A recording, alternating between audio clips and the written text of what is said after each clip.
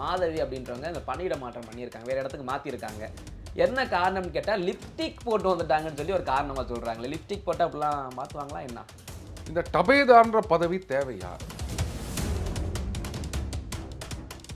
மாநகராட்சி தரப்பில் அப்படிலாம் ஒன்றும் இல்லை, அவங்க பணியில் சுணக்கமாக இருந்தாங்க, சரிவர செய்யவில்லை, அதனால் ட்ரான்ஸ்ஃபர் பண்ணோம்னு சொல்லியிருக்காங்க. பட் அவங்க பேட்டி கொடுத்துருந்தாங்க, அது சேனல்லாம் வந்திருக்குங்க, இந்த மாதிரி நடந்தது அது இது அப்படின்னு சொல்லியிருக்காங்க. அரசு தரப்பு சொல்கிறத தான் நம்பணும். அதில் என்ன லிப்ஸ்டிக்னு எழுதியிருக்க போகிறாங்க? அவங்க பணியில் என்ன தவறு செஞ்சுருக்காங்களோ அதை மென்ஷன் பண்ணி இந்த மாதிரி பணி நேரத்தில் இந்த மாதிரி தவறு செய்தார், அதனால் பணியிட மாற்றம் இப்படின்னு தான் போடுவாங்க. ஒரு மணி நேரம் 2 மணி நேரம் பெய்கிற மழைக்கே எப்படின்னா ஒரு நாள் விடாமல் பெஞ்சா என்ன ஆகும் சென்னை இப்போதைய சூழ்நிலை? ஏங்க மழை இந்த மாதிரிலாம் பெஞ்சா என்னங்க பண்ண முடியும்? பருவ மழை அப்படின்னா கரெக்டாக அந்த பருவத்தில் அப்பப்போ அப்படி பெஞ்சிக்கினே இருக்கணுங்க. நீங்கள் ஒரே நேரத்தில் 1 மணி நேரத்தில் 10 சென்டிமீட்டர் மழை பெஞ்சதுன்னா எப்படிங்க அதெல்லாம்? இது AIADMK climate effect. Climate effect இது குளோபல் லெவலில் நீங்கள் ஆராயணும், அதுக்கேற்ற மாதிரி எஃபர்ட் கொண்டு வரணும். தட்டில் என்னத்தை கலந்தாங்க? ஒரு பக்கம் இந்துக்களுக்கு எதிராக பண்ணிட்டாங்கன்னு ஒரு பக்கம் குரல், ஒரு பக்கம் ஒரு தேவஸ்தானத்தை அப்படி கடவுள் கடவுளே அசிங்கப்படுத்துற மாதிரி ஒரு செயல், ஏதாவது வேணுமனே பண்ணியிருக்காங்க. அதுவும் தமிழ்நாட்டிலிருந்து போன ஒரு நிறுவனம், நெய் கொடுத்த நிறுவனம் தான் சொல்லி தமிழ்நாட்டுக்கு ஒரு அவப்பெயர் மாதிரிலாம் இப்போ பேசப்பட்டு வருது. அதை நீங்கள் எப்படி பார்க்குறீங்க? அதுலேயும் கலப்படம் நடக்குது இல்லை? ஆமாம், கலப்படம் இந்த சென்ஸ் கெட்டு போனதெல்லாம் ஜனங்களுக்கு வித்துனுக்குறாங்கல்ல. ஏங்க எத்தனை வீடியோ நம்ம பார்த்துருக்கோம், ஆக்ஷன் எடுத்திருக்காங்க.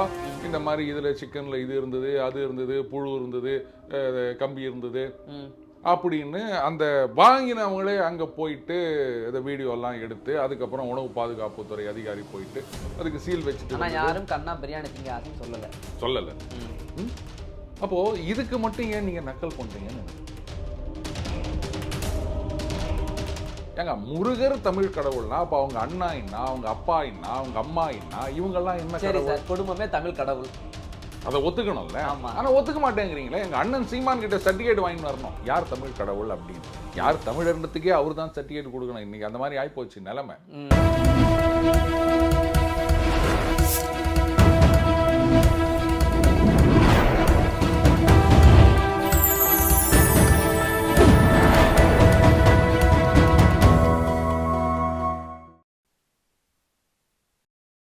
சேனல் 5 தமிழ் நேயர்களுக்கு வணக்கம். இன்றைய நேர்காணலில் நம்மோடு இணைந்திருப்பவர் த டெய்லி பஞ்ச் அருண் அவர்கள் நம்மோடு இணைந்திருக்கிறார். வாருங்கள் அவரோடு பேசுவோம். சார் வணக்கம். சார் வணக்கம் அரவிந்த். சார் மழைக்காலம் ஆரம்பிச்சிருச்சு, எப்படி உங்கள் ஏரியாவில் மழை பெஞ்சுதான் இது நைட்டு? நான் எங்கள் ஏரியா விட்டு ஏரியா வந்துட்டேன்ப்பா. ஆனால் நான் வந்த ஏரியாவில் மழை பெஞ்சுது. சேனலில் மெயின் ஸ்ட்ரீம் மீடியாலெல்லாம் பார்த்தீங்கன்னா ஆச்சரியமாக இருந்தது. இந்த மாதிரி அடாது பெய்த மழை, என்னது 1 மணி நேரத்தில் 10 சென்டிமீட்டர் பெய்த மழை, அது மாதிரி இங்கெல்லாம் தண்ணி தேங்கியிருந்தது, அங்கெல்லாம் தண்ணி தேங்கியிருந்தது அப்படின்னு. அதுக்கப்புறம் சப்வேல தண்ணி தேங்கிச்சுன்னாங்க. உடனே கார்பரேஷனில் அதெல்லாம் இல்லை, நான் அந்த எல்லா சப்வேவும் திறந்து வச்சுருக்கோம் அப்படின்லாம் சொன்னாங்க. நான் வரும்போது ஒரு சப்வேல நுழைஞ்சு வந்தேன், நல்லா தான் இருந்தது, தண்ணி இல்லை. அதுக்கப்புறம் இங்கெல்லாம் தண்ணி, அங்கே தண்ணி, அப்படி இப்படின்லாம் படம் போட்டு வாய்ப்பு இருக்குது. அதில் 2000 கோடி செலவு பண்ணியிருக்காங்கல்ல. ஏங்க அப்போ அந்த சோசியல் மீடியாவில், இந்த மெயின் ஸ்ட்ரீம் மீடியாவில் வந்த ஃபோட்டோலாம் சும்மாவா? சோசியல் மீடியாவது எவனோ ஏதோ கலாச்சின்னுக்கிறான்னு சொல்லுங்கள். மெயின் ஸ்ட்ரீம் மீடியாவில் வந்ததை நான் சொல்கிறேன். வேற நான் ஸ்க்ரீன்ஷாட்லாம் எடுத்து வச்சுருக்கேன், வீடியோவும் டவுன்லோட் பண்ணி வச்சுருக்கேன்.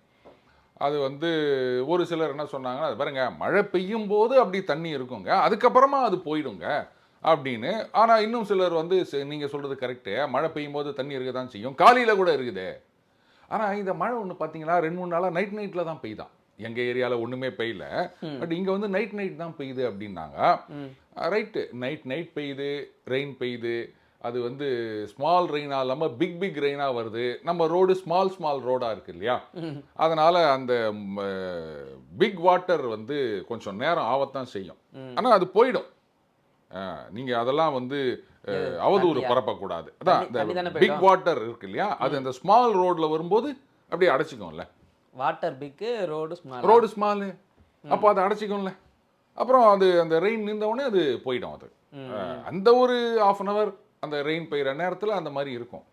அதையெல்லாம் நீங்கள் சென்சேஷனலைஸ் பண்ணிக்கின்னு நீங்கள் 2 மணி நேரம் பெய்கிற மழைக்கே எப்படின்னா ஒரு நாள் விடாமல் பெஞ்சா என்ன ஆகும் சென்னை இப்போதைய சூழ்நிலையில்? ஏங்க மழை இந்த மாதிரிலாம் பெஞ்சா என்னங்க பண்ண முடியும்? பருவ மழை அப்படின்னா கரெக்டாக அந்த பருவத்தில் அப்பப்போ அப்படி பெஞ்சிக்கினே இருக்கணுங்க. நீங்கள் ஒரே நேரத்தில் 1 மணி நேரத்தில் 10 சென்டிமீட்டர் மழை பெஞ்சதுன்னா எப்படிங்க அதெல்லாம்?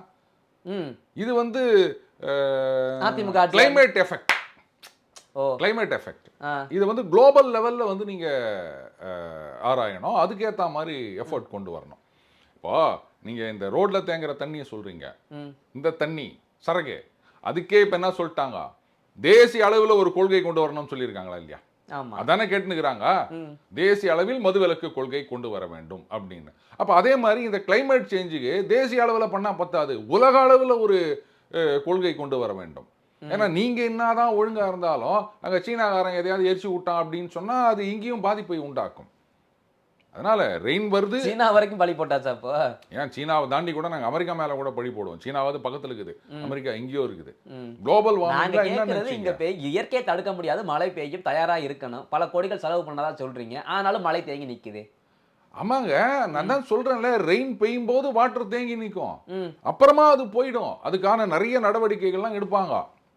இந்த பாருங்க, இந்த இதில் போட்டிருக்காங்க, இந்த மாதிரி எந்த சப்வேவும் அடைக்கப்படவில்லை, எல்லாமே திறந்து விடப்பட்டுள்ளது, போக்குவரத்து தங்குதடையின்றி நடைபெறுகின்றது அப்படின்னு ப்ரெஸ் ரிலீஸ் வந்திருக்கு. அதை பாருங்க நீங்க. நம்பலாமா?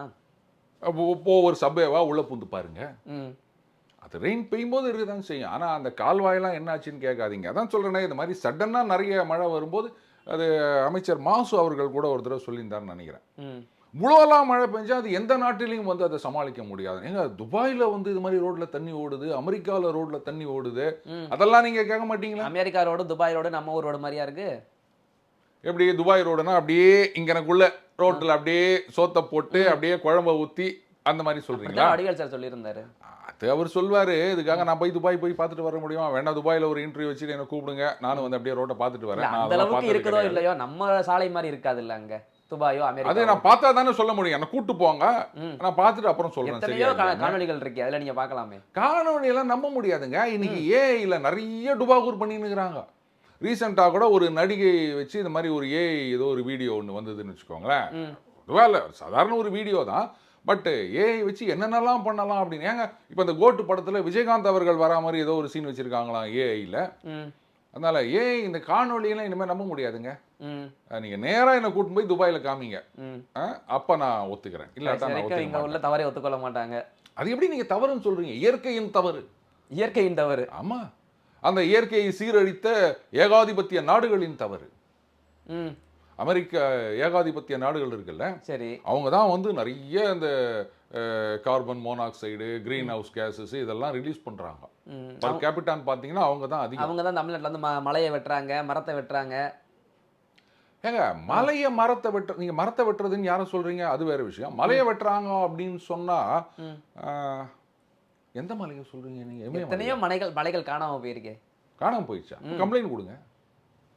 இது ஏங்க கிணத்தை காணோன்னே ஒருத்தர் கம்ப்ளைண்ட் கொடுக்கும்போது மலையை காணோன்னு நீங்க கம்ப்ளைண்ட் கொடுக்க மாட்டீங்களா? இல்ல, அது ஒரே நேரத்தில் தூக்கிட்டு போனா டக்குன்னு நம்ம கம்ப்ளைண்ட் கொடுக்கலாம். கொஞ்சம் கொஞ்சம் கொஞ்சம் கொஞ்சம் கொஞ்சமா போகுது. கரெக்ட். இந்த காற்று அரிப்புன்னு கேள்விப்பட்டிருக்கீங்களா? காற்று அரிப்பா? இந்த பிரமிட் இருக்குல்ல எகிப்துல, அந்த பிரமிடெல்லாம் கூட ஓவர் பீரியட் ஆஃப் டைம் அப்படியே இந்த காற்று அப்படியே அரிச்சு எடுத்துட்டு வந்துடுதுங்க. இந்த மலைகள்லாம் எத்தனை ஆயிரம் வருஷம், லட்சக்கணக்கான வருஷத்துல உருவானது. ஆமா. இப்போ அதே மாதிரி அத்தனை ஆயிரம் வருஷங்கள்ல அது அப்படியே அரிப்பு அது மாதிரி தான் போயினே இருக்கும். காற்று அரித்துட்டு போன மாதிரி இல்லையா, ஜேசிபி சுரண்ட மாதிரி தானே இருக்கு. அப்படின்றீங்களா? அப்ப வளர்ச்சி தம்பி, வளர்ச்சி எப்படி வளரும் ஒரு நாடு சொல்லுங்க? ஒரு நாடு முன்னேறணும்னா அப்போ கட்டடங்கள்லாம் வரணும், சாலை போடணும், ஜல்லி வேணும். ஜல்லி வேணும்னா நீங்க எங்க போவீங்க எனக்கு சொல்லுங்க? ஜல்லி நீங்க உருவாக்க முடியுமா? கருங்கல் ஜல்லி எங்கேருந்து வரும்? கருங்கல் அதுக்கு மலையை நோண்டணும், இல்லாட்டா ரோடு.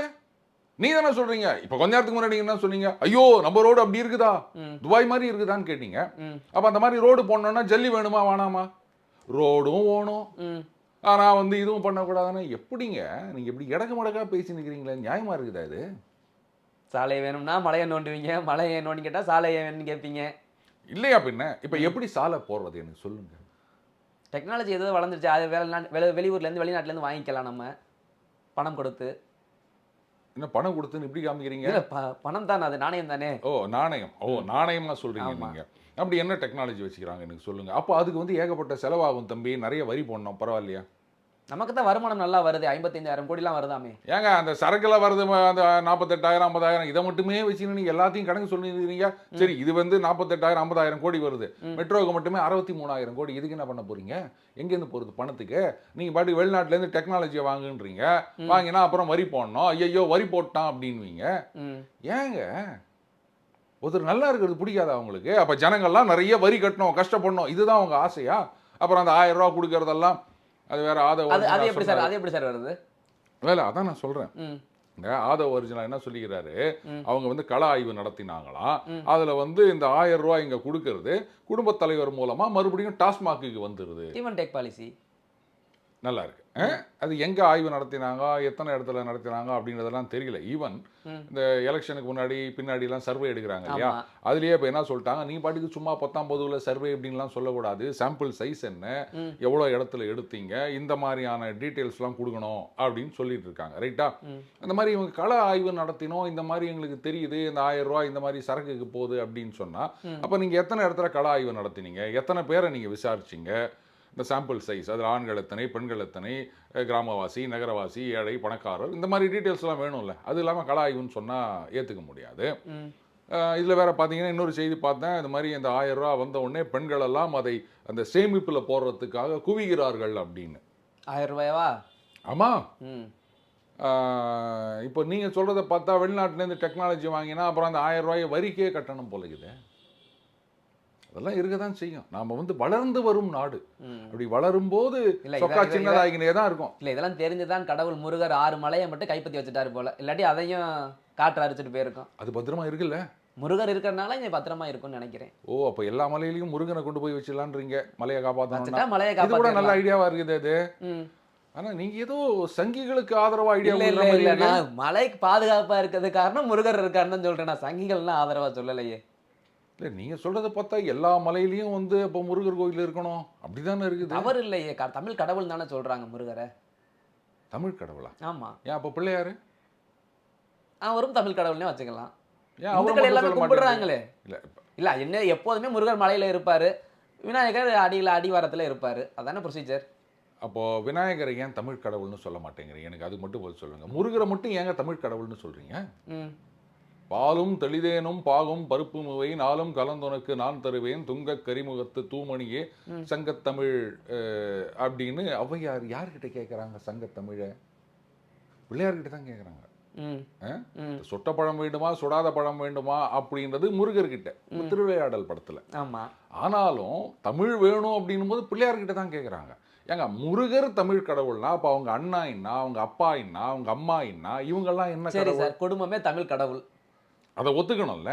ஆனா ஒத்துக்க மாட்டேங்கிறீங்களே. எங்க அண்ணன் சீமான் கிட்ட சர்டிஃபிகேட் வாங்கிட்டு வரணும் யார் தமிழ் கடவுள் அப்படின்னு. யார் தமிழர்ன்றதுக்கே அவர் தான் சர்டிஃபிகேட் கொடுக்கணும். இன்னைக்கு அந்த மாதிரி ஆயிப்போச்சு நிலைமை. ஸோ அவர் சொன்னாதாங்க ஏத்துக்க முடியும். அவர் வந்து முருகனையே ஒரு காலத்துல எங்களோட முப்பாட்டன் அப்படின்னாரு. இன்னொரு தடவை என்ன பண்றாரு, கையில வேல் வச்சுக்கிறான், இது நான் தீவிரவாதமான்னு கேட்கிறாரு. அதனால அவர் கொடுக்குற சர்டிஃபிகேட் கூட செல்லுமான்னு எனக்கு தெரியல. அதனால சரி மலையை விடுங்க, மழையை பத்தி பேசுவோம். ஆனா அந்த மலையில ஆரம்பிச்சு இந்த மலைக்கு வந்துட்டான். ஏன்னா நீ பல பேருக்கு இந்த ழானா லானா லா வருதில்லை, அதனால அது மலையா, இந்த பெய்ரல் ரெயின், இது மவுண்டன் மலையா, ரெயின் மலையா அப்படின்னு ஒண்ணுமே தெரியல. விடுங்க, ஏதோ மழை பெய்யுது தண்ணி வருது, இல்லைன்னா தண்ணி கஷ்டத்துல திண்டாடணும், அதுக்கு வந்து தண்ணி இல்லாத கஷ்டத்தோட தண்ணி இருக்க கஷ்டமே பரவாயில்லன்னு தான் நான் சொல்லுவேன். ஓகே சார், இப்படி இந்த சூழ்நிலையில மாநகராட்சியில டபேதாரா இருக்க மாதவி அப்படின்றவங்க இந்த பணியிட மாற்றம் பண்ணியிருக்காங்க, வேற இடத்துக்கு மாத்திருக்காங்க. என்ன காரணம்னு கேட்டா லிப்ஸ்டிக் போட்டு வந்துட்டாங்கன்னு சொல்லி ஒரு காரணமா சொல்றாங்களே. லிப்ஸ்டிக் போட்டா அப்படிலாம் மாத்துவாங்களா என்ன? அதாவது Aravind, on a serious note, இந்த டபேதார்ன்ற பதவி தேவையா? இதுதான் என்னுடைய கேள்வி. வெள்ளக்காரன் காலத்துல அந்த மாதிரி ஒருத்தர் அந்த ஒயிட் கலர்ல ட்ரெஸ் போட்டுக்கின்னு கையில பிடிச்சிட்டு போவாங்க. இந்த ஒரு தூண், இது செங்கோலா ஏதோ சம்திங் ஏதோ ஒன்று அதை கையில பிடிச்சிட்டு போவாங்க. முன்னாடியே இவர் வராருன்னும் போது செங்கோல் இல்லைல்ல, அது என்னன்னு தெரியலங்க. அது ஏதோ ஒரு ஒரு தடி மாதிரி ஒன்று இருக்குன்னு வச்சுக்கோங்களேன், அதை எடுத்துட்டு போவாங்க. அதுதான் டபேதார். அண்டு தாசில்தார் ஆஃபீஸில் கூட டபேதார்னு ஒரு போஸ்ட் இருந்ததுங்க. இப்போவும் இருக்கான்னு எனக்கு தெரியல. பட் தாசில்தார்களுக்கெல்லாம் அந்த தூண் கிடையாது, ஜஸ்ட் போவாங்க அப்படின்னு வச்சுக்கோங்களேன். ஈவன் கலெக்டர் கூட இப்போ இருக்குன்னு நினைக்கிறேன். ஆமா ஆமா கூட இருக்காங்க. இதெல்லாம் எதுக்காக? அந்த ஒரு படத்தில் சொல்லுவாங்களா, ஒரு குருக்கள் வரார் வழி விடுங்க, ஒரு குருக்கள் வரார் வழி விடுங்க அப்படின்னு. இப்போ தான் அந்த எஸ்கார்ட் கார்லாம் போகுது. எதுக்காக அவரை மட்டும் நீங்கள் அந்த மாதிரி வெள்ளை வெள்ளேர்னு ஒரு ட்ரெஸ்ஸை போட்டு அவர் வந்து கடைநிலை ஊழியர் அப்படின்னு ஐடென்டிஃபை பண்ணுற மாதிரி? நான் கேட்குறேன், அரசு அலுவலகங்களை, தமிழ்நாடு அரசு அலுவலகங்களை யாருக்காவது யூனிஃபார்ம் இருக்கா? காவல்துறை அதெல்லாம் விட்டுருங்க, இந்த ரெவென்யூ டிபார்ட்மெண்ட்டு, பத்திரப்பதிவு இதெல்லாம் இருக்குல்ல, யாருக்காவது யூனிஃபார்ம் இருக்கா? கிடையாது. அப்புறம் ஏங்க இவங்களுக்கு மட்டும் இந்த மாதிரி யூனிஃபார்ம் போட்டு இவர் கடைநிலை ஊழியர்னு அடையாளப்படுத்தி அவரை வந்து முன்னாடி போக வச்சுக்கின்னு, இந்த வெள்ளைக்காரங்காலத்துலேருந்து வந்த பழக்கம் இல்லையா அது? எதுக்கு இதை கண்டினியூ பண்ணிருக்கிறீங்கன்னு கேட்குறேன் நான். தேவையே இல்லை இதெல்லாம். இது மனுஷன் குறைவுபடுத்துகிற மாதிரி தான் நான் ஃபீல் பண்ணுறேன். அதனால் அந்த போஸ்டையே அபாலிஷ் பண்ணிடுங்க. அட்லீஸ்ட் அந்த வழக்கத்தையாவது அபாலிஷ் பண்ணுங்க. இதுதான் நான் கேட்குறது.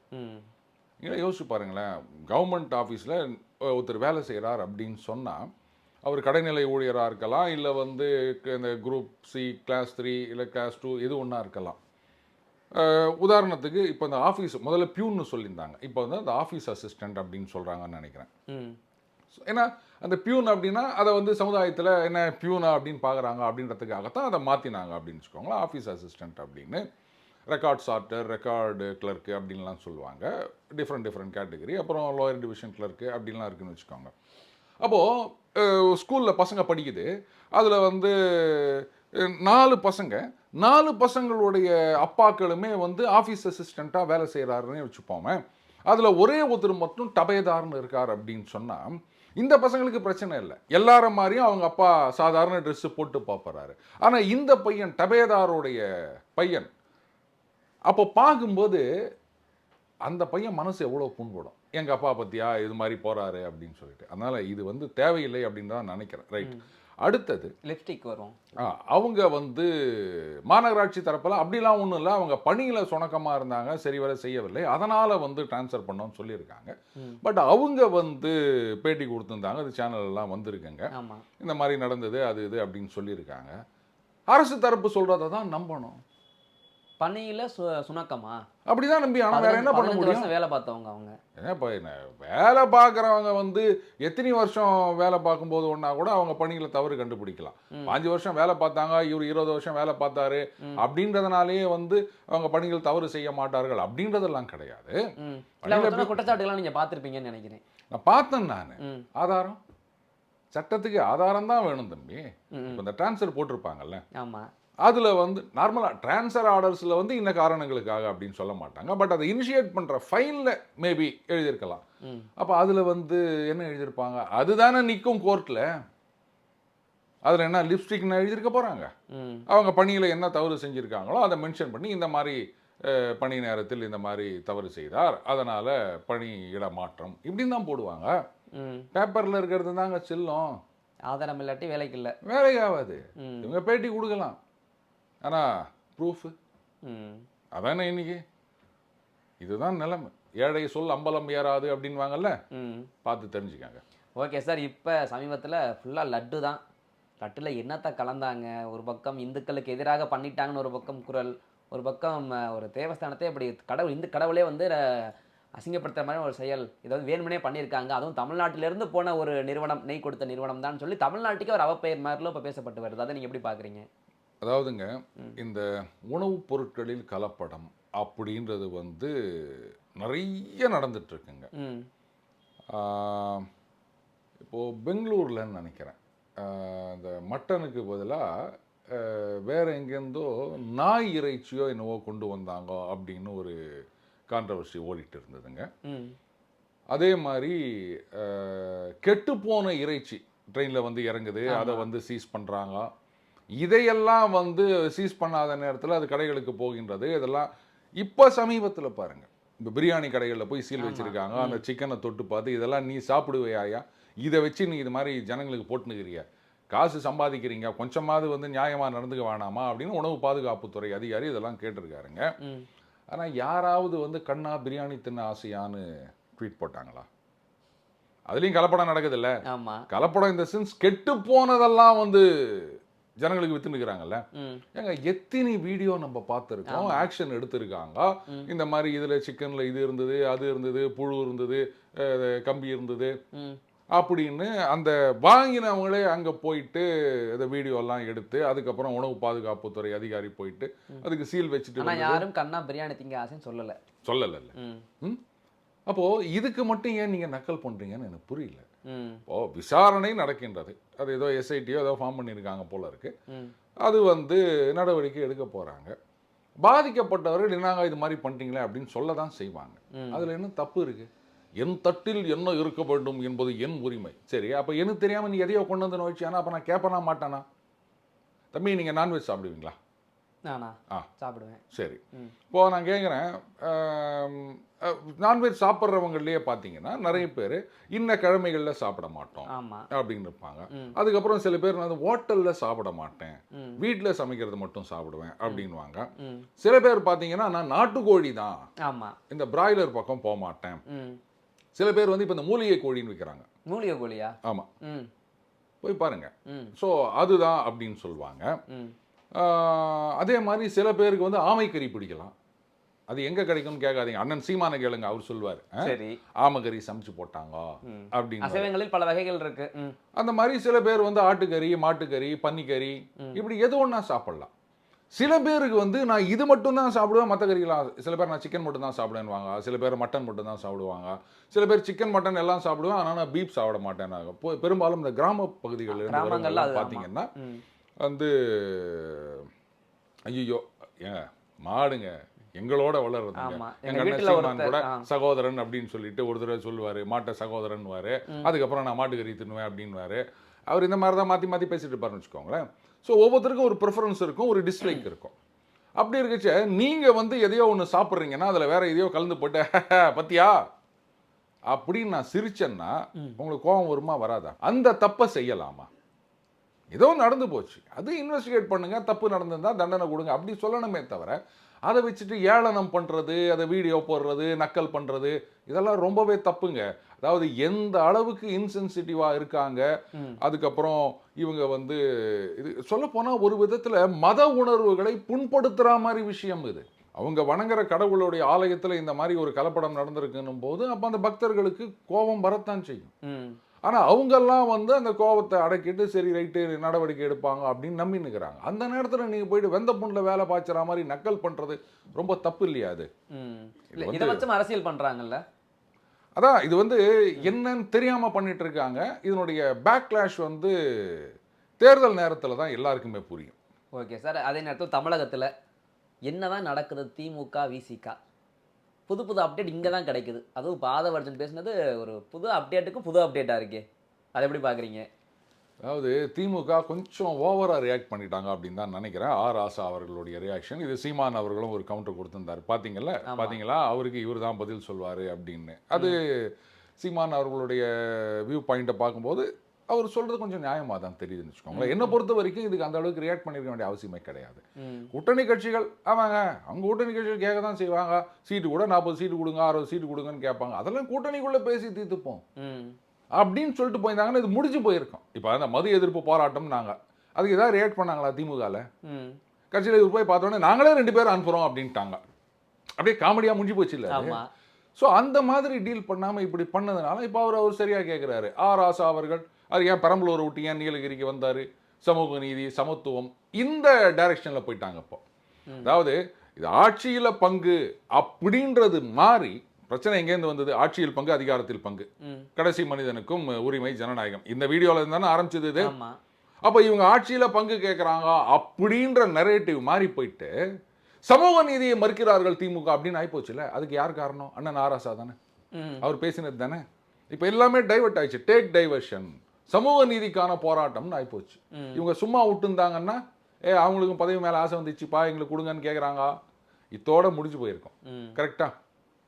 அடுத்தது இப்போ ஆதவ் அர்ஜுனா அவர்கள் பேசியது திருமாவர்களுக்கு தெரியாமல் நடந்திருக்குமா? ஏங்க இந்த ஆட்சியில் பங்கு, அதிகாரத்தில் பங்கு அதனுடைய நீட்சியாத்தான் ஆதவ் அர்ஜுனா அவர்கள் பேசினது. புதுசா ஒன்றும் பேசல. நல்லா யோசிச்சு பாருங்க. இத்தனை நாள் ஆதவ் அர்ஜுனா அவர்கள் என்ன சொல்றாரு? இது மாதிரி வந்த உடனே சினிமாலேருந்து வராங்க, டெப்டி சிஎம் போஸ்ட் கொடுக்குறாங்க அப்படின்னா அப்போ அவரையே திருப்பி கேட்கலாம்ல. திடீர்னு ஏதோ தொழிலதிபர்ன்றாங்க, வராங்க, வந்த உடனே துணை பொதுச் செயலாளர் கொடுக்குறாங்க. எத்தனை வருஷமா அவர் கட்சியில் இருந்தாரு? கட்சியில் எத்தனை பேர் இங்கே வந்து வேற சொல்லியிருக்காரு, ஒவ்வொருத்தர் மேலும் இத்தனை கேஸ் இருக்கணும்னு ஒரு தடவை அண்ணன் திரும்ப பேசினார்ல. இருக்கட்டங்க, அதுக்காக என்ன லேட்டரல் என்ட்ரியா சென்ட்ரல் கவர்மெண்ட்ல கொண்டு வந்தாங்களா அந்த மாதிரியா? தொழிலதிபர்கள்லாம் நேரா துணை பொதுச் செயலாளர் வரலாம், நீங்க வந்து ஏழை பாழையா இருந்தா அப்படியே தொண்டனா இருந்து போஸ்டர் ஒட்டி அப்படிதான் வரணும் அப்படின்னு ஏதாவது சட்டம் இருக்கா? செலவு பண்ணுங்க கொடுப்பாங்க, அவர் ஓ பண்ணுவாரு. அப்படியா? ம். சரி, அப்ப அதை ஓப்பனா சொல்லிட்டு போயிருங்க, டெண்டர் மாதிரி பண்ணிட்டு போயிடலாம். டெண்டரா? ஆமா, பின்ன வேற என்ன பண்ண முடியும்? ம். யார் எவ்வளோ கோட் பண்ணுறாங்களோ அது L1 L2 R H1 H2 அப்படின்வாங்களே, அந்த மாதிரி தான் பண்ணிட்டு போனோம். ம். ஸோ இப்போ அவர் வந்து இத்தனை நாளா பெருசா எங்கேயுமே பேட்டி கொடுக்கலங்க. ம். திடீர்னு பார்த்தீங்கன்னா சொல்லி வச்ச மாதிரி டக டக டக டக்குன்னு ஊடகங்கள்ல ஏராளமான பேட்டி வருது. எங்கேயோ உங்களுக்கு ஒரு மணி அடிக்கல. ம். இத்தனை நாளா இல்லாம இன்னைக்கு அவரை பேட்டி எடுக்க வேண்டிய அவசியம் என்ன? இந்த ஆட்சியில் பங்கு, அதிகாரத்தில் பங்கு. அப்ப என்ன பண்ணியிருக்கணும்? ம். திருமாவர்களை கூப்பிட்டு பேட்டி எடுத்துருக்கலாமே. ஆமா. அவர் தான் அதை பேசினாரு. ம். ஏன் இவரை கூப்பிட்டு பேட்டி எடுக்க? இத்தனை நாளா பேட்டி எடுக்காதவங்க இன்னைக்கு அவரை எல்லாரும் கூப்பிட்டு பேட்டி எடுக்க வேண்டிய அவசியம் என்ன? ஏதோ சொல்லி வச்ச மாதிரி நடக்குது இல்ல? யார் சொல்லி வச்சது? ம். இப்போ திருமாவர்களுக்கு வந்து ஆதவ அர்ஜுனா அவர்கள் பேசினது தெரியாதா, இல்ல வந்து இவருடைய உத்தரவு இல்லாமல் அவர் பேசியிருப்பாரா? ம்.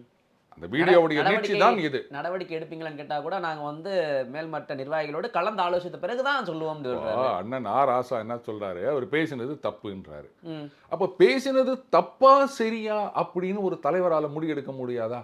ம். இதுக்கு வந்து அந்த குழுவெல்லாம் கூட்டி அந்த மற்ற நிர்வாகிகள் அவங்களோட கலந்து பேசி தான் வந்து அது தப்பா சரியானே முடிவெடுக்கணுமா? என்ன நடவடிக்கை அப்படின்றத நீங்க கலந்து பேசி முடிவெடுங்க. ம். சரியா தப்பான்னு கூட டிசைட் பண்ண முடியாதா? எங்கேயோ மறுபடியும் மணி அடிக்கிற மாதிரி இல்லை? இதுல வேற சொல்றாரு, சலசலப்பு இல்லை, உரசல் இல்லை, விரிசல் இல்லை, எல்லாரும் எதிர்பார்க்கறாங்க கூட்டணி முறிஞ்சிரும் அப்படின்னு. சரி, இவரே தான் சொல்றாரு, இந்த மது விலக்கு இது வந்து நெருடல் ஏற்படுத்தும் என்று தெரிந்தும் கையில் எடுத்தோம் அப்படின்னு ம். சொன்னார்ல. தெரிந்துதான் கையில் எடுத்திருக்காங்க. ஏன் எடுத்தீங்க? ம். ஏன் இவ்வளவு நாளா ஏன் எடுக்கல? லைட்டா நெருடலா இருக்கும்னு நினைச்சிருப்பாரு. இந்த அளவுக்கு போகும்னு அவர் கனவு கண்டிருக்க மாட்டார். சரி அரவிந்த், இது ஆதவ அர்ஜுனா என்ன சொன்னாரு, இந்த மாதிரி வந்து கள்ளக்குறிச்சி மரணங்கள் அதுல வந்து எல்லா வீட்டுக்கும் தலைவர் போனாரு, ம். அந்த பாதிப்பு வந்து ஒரு பெரிய இம்பாக்டை ஏற்படுத்தி விட்டது அப்படின்னாரு. ம். கள்ளக்குறிச்சிக்கு முன்னாடி கூட மரக்காணம். ஆ, ம். அப்போ போலையா? போனாரா இல்லையா இவரு எனக்கு தெரியல. ம். போல அப்படின்னா ஏன் போல? அதுவும் மரணங்கள் தானே. ம்? கள்ளக்குறிச்சி விஷயத்துல இந்த ஜாதி வித்தியாசங்கள்லாம் இருந்து இல்லாம எல்லா வீட்டுக்கும் போனாரு அப்படின்னு சொன்னாரு. ம். மரக்காணத்துக்கு போனாரா இல்லையா? போலன்னா ஏன் போல? போனார் அப்படின்னா அது பாதிப்பை ஏற்படுத்தவில்லையா? ம். ஓ, சித்தார்த்தர் கௌதம புத்தரா மாறுறார். ம். எப்படி மாறுறார்? அவரு கண்ணுல வந்து இந்த பிணி, மூப்பு, மரணம் இது எதுவும் படாம வளர்த்துன்னுக்குறாங்க. ஒரு நாள் அவர் அதை பார்த்த உடனே அந்த ஃபர்ஸ்ட் இம்ப்ரெஷன்லேயே அவருக்கு வந்து மனசு பாதித்து விட்டது.